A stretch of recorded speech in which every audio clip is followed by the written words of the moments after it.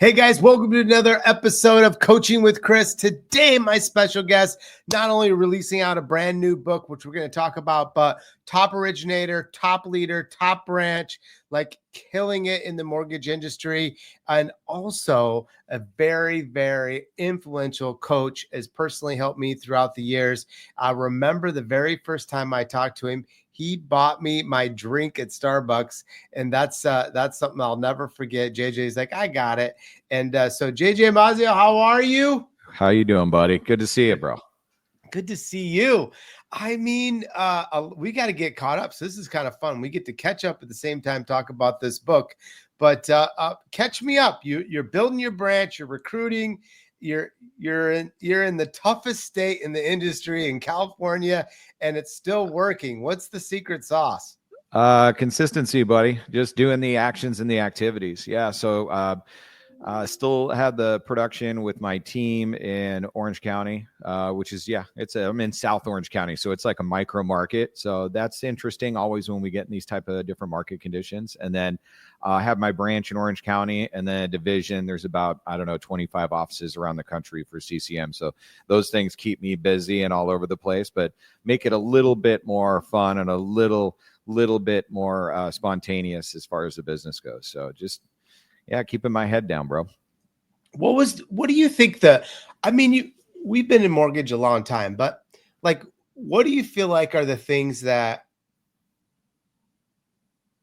loan officers are doing today that are actually working and that are getting traction with that maybe have changed over, say, 5 years ago?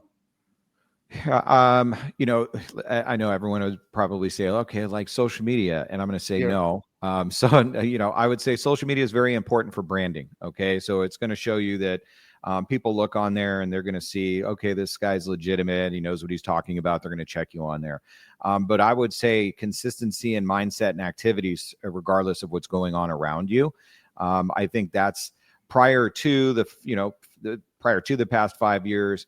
It didn't require as much mindset. When you're having to do a lot of work without seeing the instant results or the results of the work that you're putting in at a massive level, it takes a different type of mindset to persevere, which is why we've seen so many people exit the industry as a whole.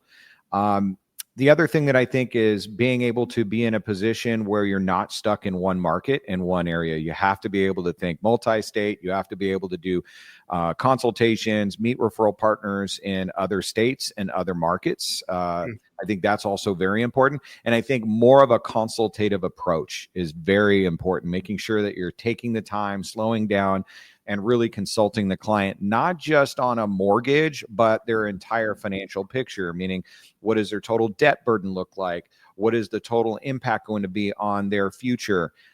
More of a real money management type of consultative approach that I think people didn't do before. Let's just be honest, 2020, 2021, it was, here's your rate, here's your payment, here's your rate, here's your payment. That ain't going to fly in this market. That's for sure. And I don't think it has. And that's why we saw a big difference in folks in it. Yeah, I mean, you're really talking about sweeping a bigger net, which I'll never forget. Josh told me one time, he's like, Chris, don't you dare go look at another market until you're good at the market you're in. And I always thought that was great advice. In fact, I was blessed to be able to share that throughout my years to others. But like, what does it look like to start working another market? Like, how do you even pick? Well, I mean, first off, why not pick like just as you did? Like, let's think about the markets we're in. All right. The market we're in isn't the market we picked. It's the market that picked us. True? That's true. Okay. And then when we started in this market, no one had any idea. No one liked us. No one knew us. And no one trusted us. True? True. So it just took a matter of implementing some systems and structure around getting people to know, like, and trust us. And then suddenly you're having just success in different forms in that particular market. It's not any different. You got to remember, like, nowadays people have no problem doing these type of interactions on Zoom, where before it was different and weird and people needed to touch and feel and see you. Where now if they see you once a quarter, which I would argue even in my own market, I would see people maybe once a quarter that I did business with for a long time. It's just putting in the systems and structure. So pick the market that you want to go to, know the value that you're going to add to that market, and start from scratch and start really looking at what it is that you want. If you want better margins, if you're a branch manager, then go to a place that don't come to where I'm at. That's for sure. You'll be highly disappointed. Go to a different marketplace. So, and I think being able to offer one to many. So, basically if you have a value add, you want to teach people and educate people, which is a big part of who I am. And I know who you are. Then taking that time to get as many people in front of you on an audience from all over the country, if necessary, to be able to educate them, and then doing the follow-up. So one of the things that we do on social media is people that follow me, I break it down. They're broken down by realtors, they're broken down by loan officers, and I get their total units and volume turned into me at the end of each week. So I know exactly who, and if they fit my avatar, and then what relationship that I do want to build with them. Also, it doesn't matter where they're at. And so I think my platform, I'm blessed that I can be in all 50 states, so it makes it a bit easier. But I think in any platform, you just got to do a little extra. You got to pay a few extra fees, do a little extra education. You can get in any state that you want. Yeah, that's right. So where do you feel what was harder, building the branch and recruiting, or building your local branch and getting the referral partners to know you and trust you to send you, the business for your own personal branch? What's harder? I think recruiting's harder for sure. It's like getting kicked in the teeth all the time. One might think it's easier, but man, it is. Because it looks sexy. It looks sexy. It's not. I love retention more than acquisition, because I love just like every week, what can I do to just prove myself and my value to somebody else? Now, in the recruiting game, it takes a long time. In the realtor game, I find that if you just keep pouring in and adding value, whether that's product value, market updates value, teaching them how to go get more business, especially teaching them how to generate referral business, that they're way more receptive to it. And they notice it way quicker, because most people in our industry are not doing that. They're just calling saying, hey, checking in, need a lead. And it's really easy to separate yourself, a lot easier than that. On the recruiting side, it's really hard to separate yourself when you're a market leader calling them. But it takes the same thing. I mean, ultimately, you need to build a relationship and be in a relationship where you're like, hey, man, I don't want anything or need anything. I just want to build a relationship with you. And that just takes time. It just takes time. It's the long game. But I find that it is easier when it's live and in your marketplace. But I could argue that I could probably fly to 4 different places every single quarter and still get the same effect, as long as my phone follow-up is really good as well. I've been working hard to redo my VIP list. I just got my VIP. I'm not saying everybody should have, but my VIP list got 159 on it, which is a little large. But because of the different segments of business, it kind of got bigger than I actually think of. How are you doing your VIP list, and how are you staying on it? And maybe tell everybody how important it is, because I felt like I fell off the wagon a titch, and then it slapped me in the face, JJ. And then I'm like, shit, I got to get this back dialed. Dude, I fell off the wagon. I was really, really good at it, but fell off the wagon a bit. But more importantly, the book coming out is what really shined a light on who and what the VIP list looked like. So, I made this list of like, all right, who are the people that I care about, that I like, that I know or cross paths, that would be able to benefit from this book, or their business would benefit from this book. So I had to make this list, and the list was more than just friends, family, and stuff. And there were all these people in the industry that I've crossed paths with, like yourself, and just all kinds of people throughout coaching over the past 10, 15 years. And I was like, man, whatever happened to them? Whatever happened to them? Oh my gosh, man. And so now as I'm calling through it, it's been amazing, because it puts me in a position to reconnect with these folks. And then it allows me to be like, man, I need to stay in front of these way more often. And what do I think the impact is? I know what the impact, the long-term impact is I'm going to build and bridge back relationships that I had before, and more relationships never hurt. They're always, so maybe it's someone that I worked with 5 years ago in coaching, and then suddenly they want to make a move and they call me to run it by me, and that happens. Or maybe it's a referral loan that hey, I can't do California, will you do this for me? Whatever it is, I think givers gain. I'm not worried about what I get back. I'm just like, all I'm focusing on is reconnecting.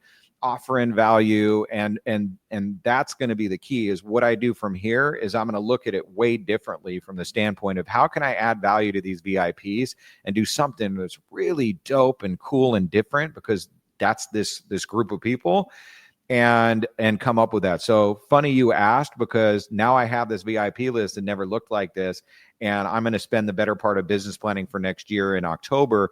And that's going to be a big part of it. You know, what can I do? Even if it's like have a big party event and invite every one of them to my house once a year or something, and, you know, maybe 20 come, cool, whatever.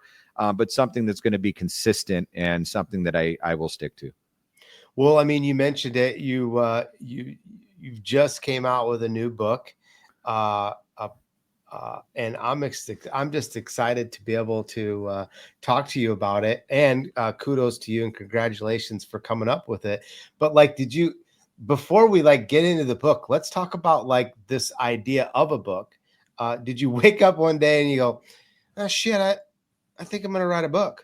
Yeah, no, bro. This was a God thing through and through. And so I've really leaned way more into my faith the past 4 years than I ever have. I always say I knew him in head, but I didn't know that I knew him in heart. And so that's transformed a lot.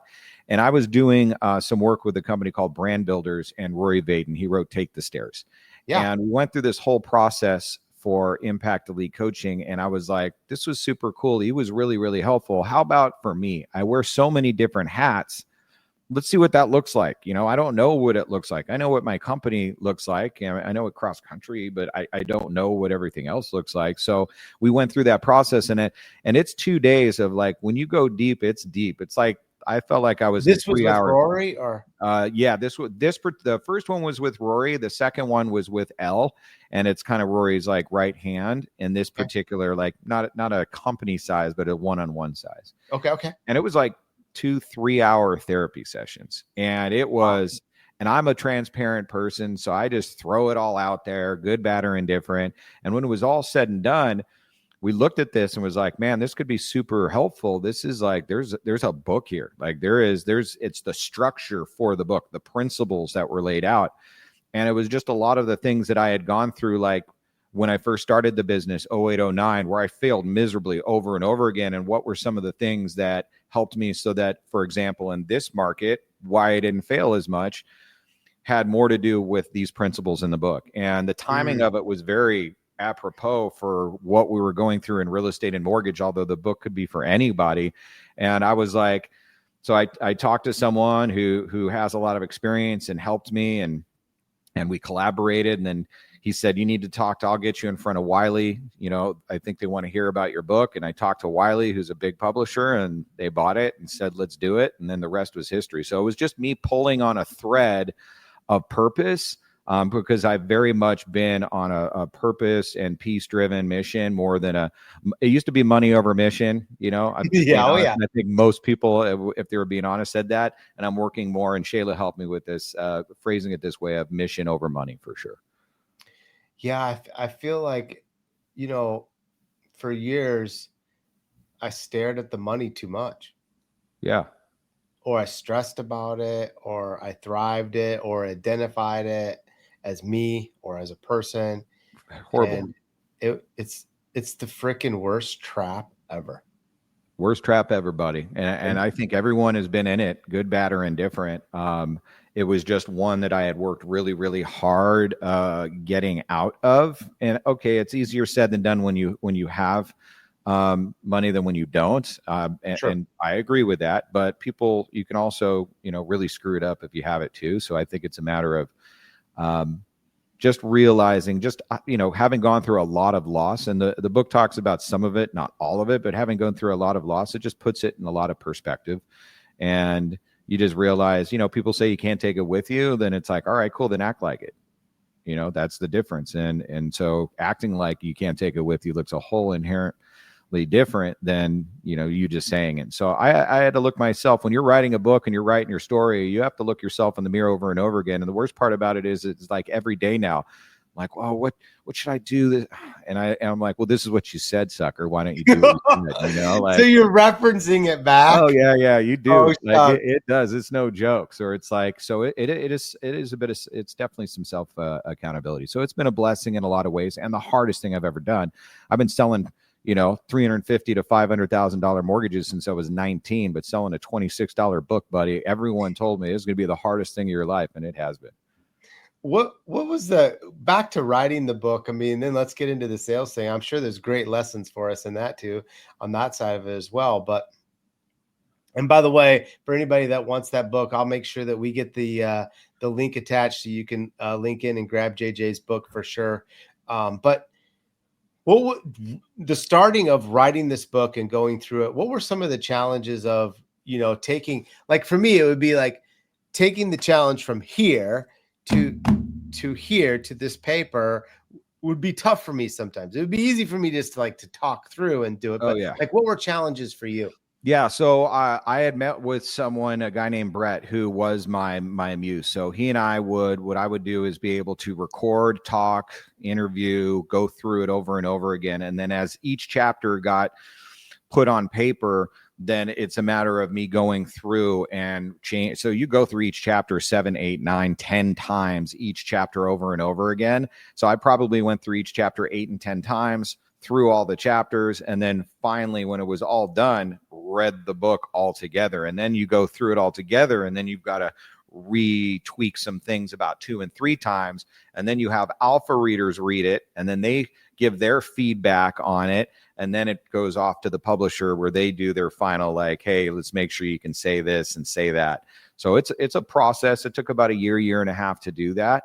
But I'm really good about just throwing up ideas and just my history. The hardest part was going through and reliving large parts of my past. Not that I think it was, having done it in therapy is one thing, but having to write it and read it 10 times over and over and over again is, I would argue if you guys all had to read your mistakes 10 times over again, year after year after year, it can wear on you a little bit. So that was probably the most difficult, but also a lot of peace on the other side. Yeah. So you get this book all writ. Everybody agrees. This is it. Now it's time for JJ to sell this book. Now what happens? What lessons have you learned in the beginning stages? Because this is brand new of selling this book. Yeah, I mean, I think the biggest thing is to, think and look at opportunities where I'm not looking for book opportunity. It's just not who I am. I've sought a lot of counsel. So, Tim Grover has been a huge help, and his publicist on help, gave me some great advice. Tom Ferry's been, these are all people that have a lot of experience, Ben Newman. So I think seeking counsel has been helped a lot, because I've been able to just focus on do this, don't do that. And then just being open to opportunities that I normally wouldn't. And then just doing, lots of podcasts, getting the word out there, and just making sure that people know, because you have to sell as many books as you can to hit a bestseller list before the book actually comes out. Once the book comes out, which is October 7th, you have about 4 days only from Tuesday to Saturday to be able to sell as many books to hit a list. And so for me, I feel obligated to do it for the publisher. I'm goal oriented. So it puts me to all right, let's see if we can hit one of these lists. And so that's just been my focus, and doing the activity every day. So honestly, I just added it to a time block at the end of each day, make 3 phone calls, sell books. And you do that every single day over and over again, you're probably going to sell some books. Yeah, you are. That's cool. So now you got the book, you got it coming out, and I know your girls are getting older and older. How's that hitting you? The transitions of these girls that continue to grow up and become young ladies and go into their paths and their own ways. Well, yeah. I mean, think when you and I first met each other, they were, I don't know, probably 3 and 6, probably somewhere around then, maybe 5 and 8, somewhere in there. Yeah. No, 3 and 6, probably better. And now they're women. My daughter is going to be turning 21. My other daughter's 17, turning 17, driving. So it's different. So, I mean, obviously it'll be interesting when they read this book, because they're going to learn some things about me that like we probably don't talk about. I am banking on my youngest daughter not reading the book for probably 2, 3, 4 years because, you know, at that age, they don't want to read, and I'm totally cool with that. And then my oldest daughter, I'm sure she'll get around to it. But there's good stuff in there for them to understand things they don't remember and going through times that they just don't remember. And frankly, I would rather they didn't. And we all work hard as parents to make sure our kids don't remember those times and that they never have to go through or repeat those things again. So I think it'll be humbling for them to really understand, like, holy moly, like I probably have it okay. And, you know, dad actually, you know, he didn't screw things up too bad. And we ended up all right, you know, and then hopefully more than ever that it just motivates them to follow Christ and just move in that direction too. That's so cool. I actually didn't really know that part of your journey, that you've really been working on your faith the last 3 to 4 years. And that's amazing. That's awesome. What do you think is the biggest lesson that you're going to change in the fourth quarter? Like, I'm already thinking of, okay, it's the third quarter. I can't control the market. It's probably going to be yo-yo all the way through to the end of the year. So I'm not like saying, oh, I'm betting on this or I'm betting on that. I'm sticking to my plan. But as a tactic, just because JJ, you're really good at tactical homework. I remember you coaching me and giving great tactical homework. I mean, you know what they said about you as a coach, right? No, I don't. What? They're like, oh shit, you got JJ? I'm like, yeah, I got JJ. He's the homework king. He's the homework king. I go, what? He can't be that bad. No, he's bad, Chris.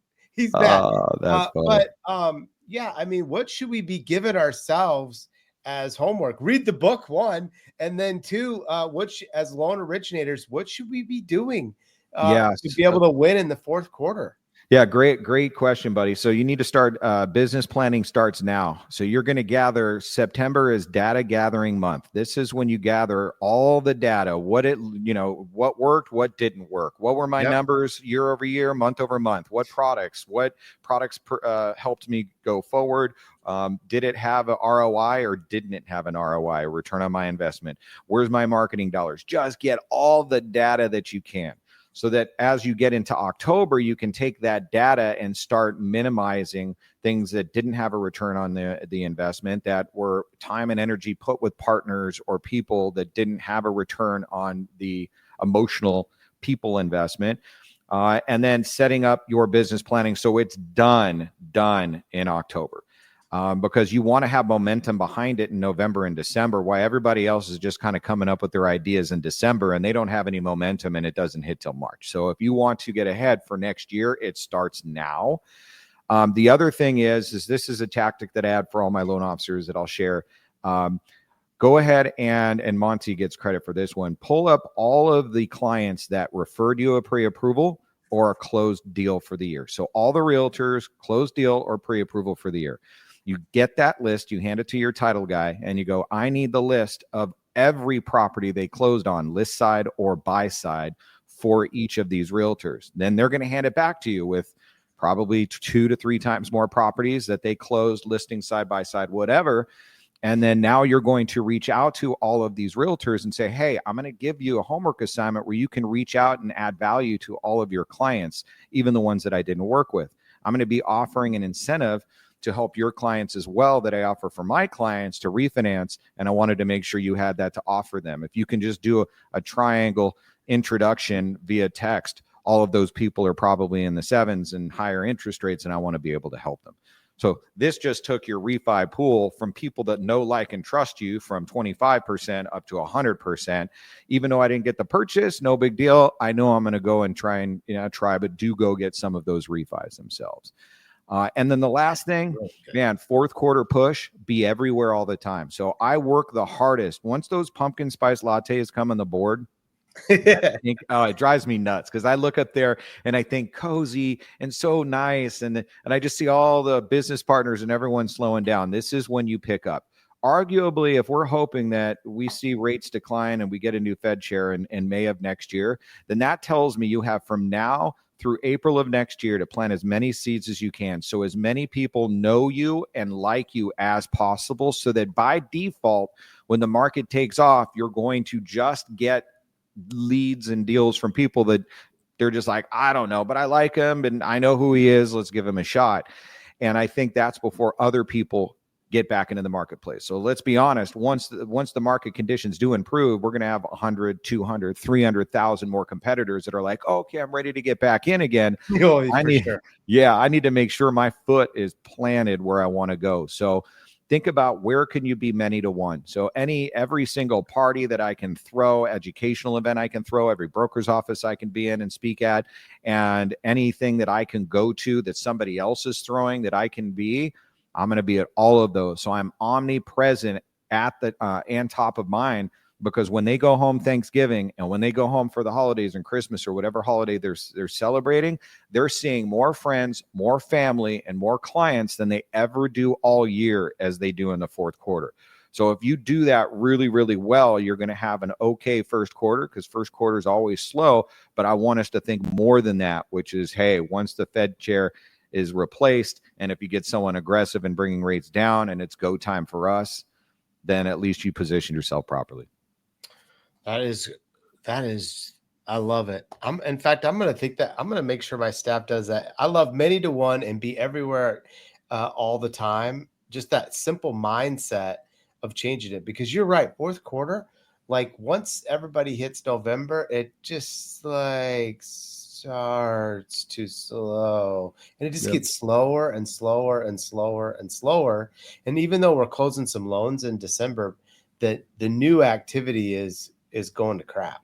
It's going to crap. And here's the deal. We got to remember, man, our referral partners, our realtors in specific, are unpaid salespeople.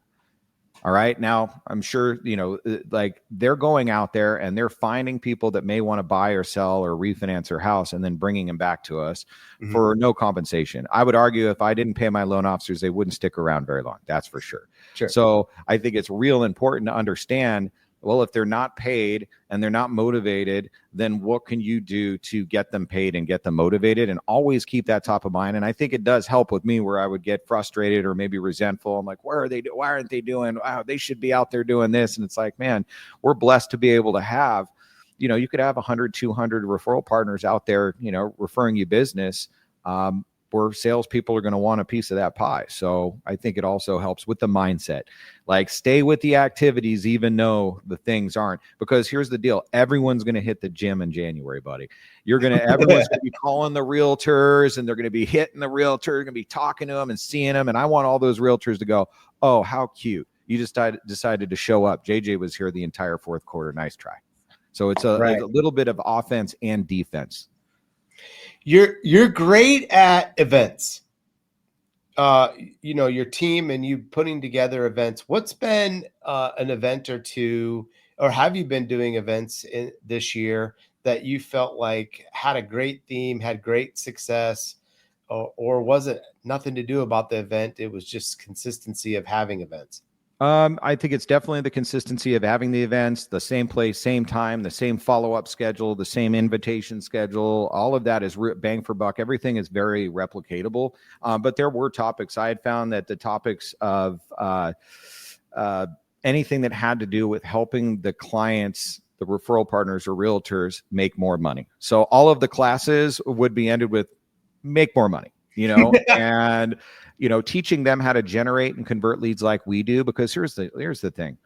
It is so frustrating. And I tell this to my partners all the time. It pisses me off that you guys spend so much time to knock on doors, spend thousands on mailers, do all this to get one listing or one buyer. If you spent that same amount of time and energy to build a business relationship, they can send you 10, 12, 15 buyers or listings. Then why wouldn't you spend the amount of time there? And are you not paying attention to all these lenders and title reps and escrow people and all of us kissing your ass all the time, and you send us all your deals? Have you not decided to actually copy us and do the same thing? And so it's just challenging them, but showing them how to do it, how to organize, how to follow up. So anything around that, and I can chop that up into 3 and 4 different seminars, is always going to be super beneficial for them. And how long we know are you doing them?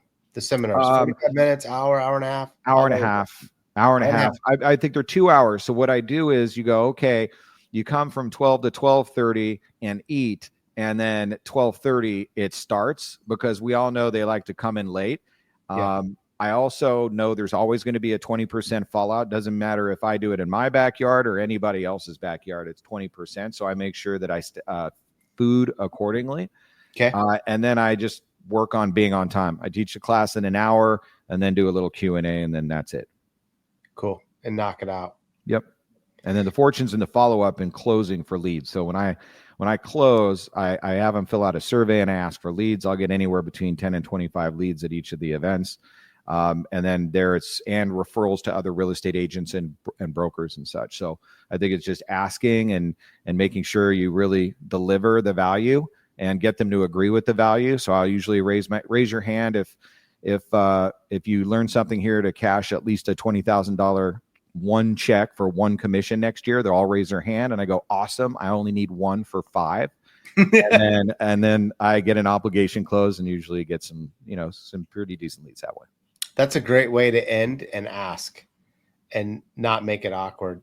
Yeah. No, it's only awkward if you don't ask. Like for us. Yeah. I don't know how many times I've been guilty of not asking, and I get all the way up to that spot and I'm like, yeah, I'm not. And then I'm like, you're a dipshit. You should have asked. Let's transition into one last topic before I let you go, is coaching. I know it's a passion. I know you love helping. You got a lot of eggs in the basket, but you're also a great coach. You're involved in a great coaching program. Talk to me about that. Yeah. So, a bunch of us had been with our previous employer for a long time, 10 plus years. And that program was amazing. It taught us the foundation of our business as originators and really changed our life. I'm so grateful for it. But there's also, how we do business now is different than we did then. So there was no way we were ever going to be able to teach the business on how it's evolved and how we do it now. Because it just wasn't our program to do so. And so, when my partners and I had left, we decided like, hey, let's put this together and build something where we can talk about how we do things and how it's evolved for us and all the things that we would probably be fired for talking about at our old company. We could talk about all day long here and, rebuild that community, which is, think of it as like a graduate school. We definitely talk about foundations. And so it's just a little bit different. It's like, we don't use rotary phones anymore. We use AI, and so it's incorporating that type into the business. But as you can see by some of the answers to my questions, there's still very foundational aspects to our business that will never change that we learned as well. So it's been awesome building the community and, doing our events sold out a month in advance. We couldn't believe that. We're like, holy moly. So it's been really cool, man. And it's been challenging and persevering, to say the least, because it's a startup. But the cool thing is with my partners, they're so freaking awesome. Some of the best originators in the nation and coaches in the nation. So we all work really, really well together and move the needle fast. I mean, if there's a mistake, we move it fast. If there's an opportunity, we move it fast. And so that's been the fun part. That's cool. How many coaches you guys got now? I think we have a total of 7 of us. Yeah. 7 of us. So like, we're really, it's very much a boutique. 7, 8, 9, I think 9. And then we've got a couple in training. So, we wanted to take more of a boutique approach, right? We just wanted to be, let's build this the right way with the right people. And then as it grows, we'll let it grow organically and see how it comes together. Yeah, that's super cool. How do they get connected if they want to get coached or learn more about your coaching program? How do they get connected to that? ImpactEliteCoaching.com, buddy. So they can just go to that and they can, check out the coaches, check out the founders and our philosophies and, any questions they have, they can reach out to us there. That's awesome. So I want to do something special, JJ. I want to buy a couple 100 books and give them away. And wow. So I'm going to put the link also in there. If you're like, no, don't take Chris's free book, I want to buy my own, you can do that. And so I'll make sure I get JJ's link and get that tapped in there. And then the first 200 that DM me JJ, I'm gonna send them that book. So JJ, I'll make sure my team gets connected so I have them here and ready to send. I just appreciate you. You've been a light for me throughout my career. You've made an impact throughout all those years. And you just someone that I always just I keep watching and want to stay connected to you. So I'm super proud of you, JJ, and very excited to read this book. Man, I'm grateful for you too, buddy. And this right here, this conversation is a testament to the VIP list and why everybody should be doing it. And I'm just super proud of you and just watching you grow and everything that you've done. So I equal love goes both ways, man. So thank you so much. All right, guys. Thanks for tuning in to Coaching with Chris. Make sure you get connected with JJ. You want coaching, you want his book. We'll make sure we get it all right there in simple links for you. Have a great day. See you, JJ. See you guys.